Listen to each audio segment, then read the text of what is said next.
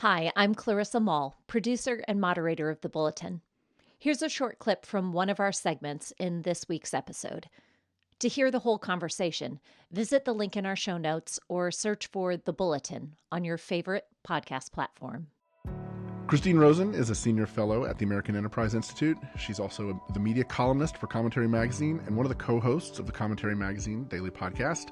She also serves as a fellow at the University of Virginia's Institute for the Advanced Studies in Culture. Her background's in history. Her writings covered a variety of issues, everything from feminism to eugenics to video games and reality TV. Her new book, The Extinction of Experience, Being Human in a Disembodied World, is the subject we'll be diving into today. Christine Rosen, welcome to the Bulletin. Thanks so much for having me, Mike. Let's start at kind of the obvious place. I'd love to hear you just describe what you mean by the phrase, the extinction of experience. What's going extinct and how is it dying out?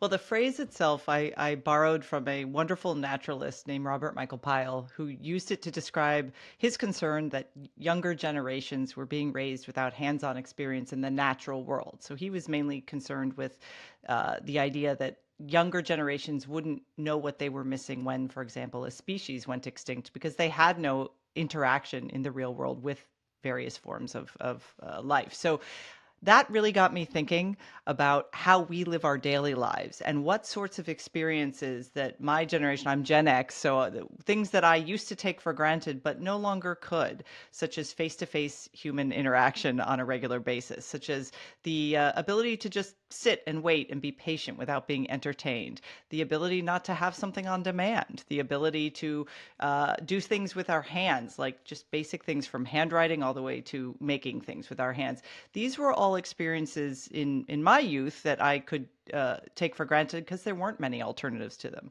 Today, we have a vast range of digital experiences we can have online. And in many cases, those are supplanting the old ways of doing things. So the question in my mind it's not the Luddite, let's destroy all the new stuff and go back to the old. It's what should we keep? What's worth preserving? And what things might we be embracing too rapidly without asking important questions about the opportunity costs involved? I'm curious if there was a moment for you that kind of sparked this concern or sparked the idea for this book. Was there a moment where you realized there was a gap maybe between you, I know you're a parent, you've got kids, a gap between you and your kids, or something that happened that made you start thinking about the subject as deeply as you did? There were two moments. One was when I was just on the bus here in Washington, D.C., and I looked up and everybody was looking down at their phones. And that was a transformation. Again, that's something I think we all assume has been the case for a while now, but that was new to me, to notice that nobody was noticing. The other thing was when my sons came home from elementary school and were working on handwriting, and how little time was spent teaching them handwriting, and particularly cursive writing. And I remembered the struggle. I'm a left-handed person, so I always struggled with handwriting. And one of my sons is left-handed, one is right-handed. But I remember sitting down and thinking, well, is this valuable? I mean, they're going to be on computers at a pretty young age. And that started me looking into the neuroscience research and some of the embodied cognition research about how our bodies actually help our minds and brains do things, and whether taking some of that away, taking away that tactile embodied experience, would change how we understand the world around us. So those two moments really stood out for me as kind of urging me to look further into these questions. Yeah, it reminds me. I remember myself being at MoMA in New York one time, and in one of those galleries, every wall is covered with some of the most famous works of the 19th and 20th centuries, and everybody in the room had their phones out, and some of them were looking at their phones, they were texting, they were whatever. Other people, if they were looking at the art at all, they were looking at it through their phone because they were taking a picture of it in order to post it online, on Instagram or whatever. And it was a similar kind of moment for me to think about the way that just even the experience of going to look at art has been transformed by these devices because we're so trained to live moment by moment through the devices. Yeah, the museum going experience is another has been rapidly transformed, and what's intriguing to me is how some museums want to embrace this mediated experience and encourage it, and then we have a whole other school of thought, including some wonderful art historians who are trying to teach their students to just sit and look. And that experience, I think, teaches a kind of humility and a kind of respect for what the artist's vision is, but it requires a great deal of patience, which is something we tend to lack these days. Yeah. Well, I loved in the book you even make mention of a project that was done by the artist Marina Abramovich called "The Artist Is Present," where she went to MoMA and she literally sat in a chair for, I think, 12 hours a day for several weeks, and anyone could just come and sit across from her. And talk about that experiment and why that kind of matters in the scheme of what you're talking about in the book. So that was fascinating to me because of the reaction that the range of reaction she had from the people who would come and sit. Because what many people found, people would go and say, "Oh, it's a performance artist. I'm going to go see what she's up to, and I'm going to sit there and be part of the performance. How fun!" But then they would sit, and she would just look. She would make eye contact with them and look at them. And the longer they sat, the more intense the experience became for them. And which was, I think, part of her point, is that we rarely choose to just be present with one another, to sit and look, to listen, to just be open to the kind of experience that is unmediated, that is quite intense. It can be deeply uncomfortable, and it is remarkably human. And so that, and you can see this among lots of artists. Artists are on the forefront of really trying to defend some of these human qualities by showing us in a dramatic way what we might be missing. And so I thought that was a really important experiment she did with her artwork, to get people to think about what it means to be present, to be in another human being's presence and just look them in the eye. And then by contrast, we have the ways that these, whether it's the social media companies or it's Apple or others, are sort of literally advertising, sort of bragging on the ability of the device to take you someplace where you're not. And there was one that came out around Christmas time, a couple of years ago. I think it was a Facebook ad maybe, where you have a young person at a big dining room table full of their family, and it's an obnoxious conversation. It feels very tense and frustrating. And they pull out their phone, and as soon as they pull out their phone, suddenly they're with their friends, and it's beautiful. It's all this because they went on Facebook, right? They escaped. What is it in us that draws us to the device? What is the appeal of the mediation of the device for us? Well, it taps into some deeply rooted things about human nature, not all of which are positive.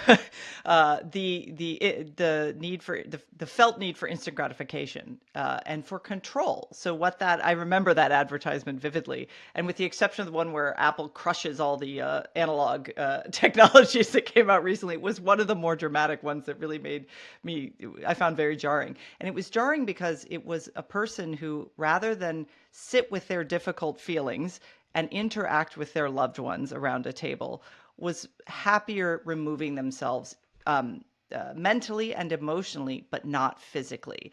And so that's actually the thing that we can do all the time now, whether we're surrounded by strangers on the bus, whether we're sitting in a meeting at work, whether we're with our loved ones around a table.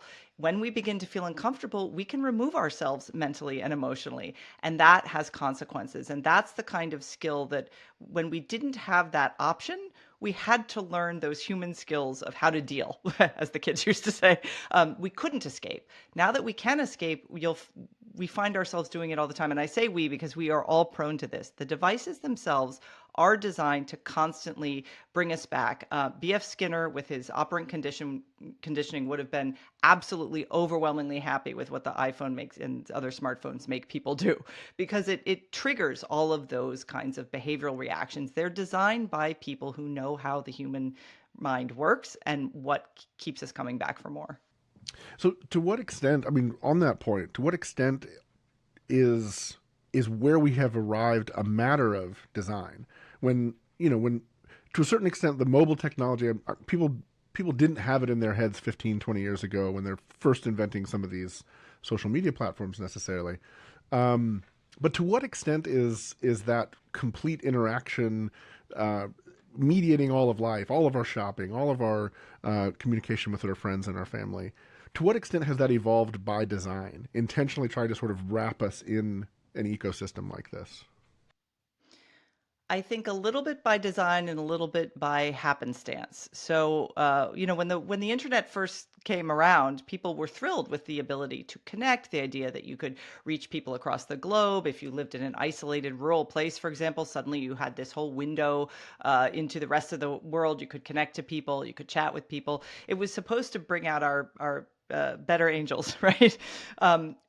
What quickly became clear, both because of the design of the internet itself and search being driven by ad revenue rather than just by other ways it could have been architected, we very quickly found ourselves chasing our own tails in terms of what the companies that came to dominate the internet and eventually mobile technology wanted from us. And that was that we, as the old saw goes now, we are the product.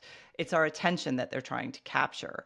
And so monetizing our attention became the goal. And that is in a weird sense, a sort of value neutral goal. It doesn't matter if that attention is positive, if it's negative, if it's hateful, if it's happy.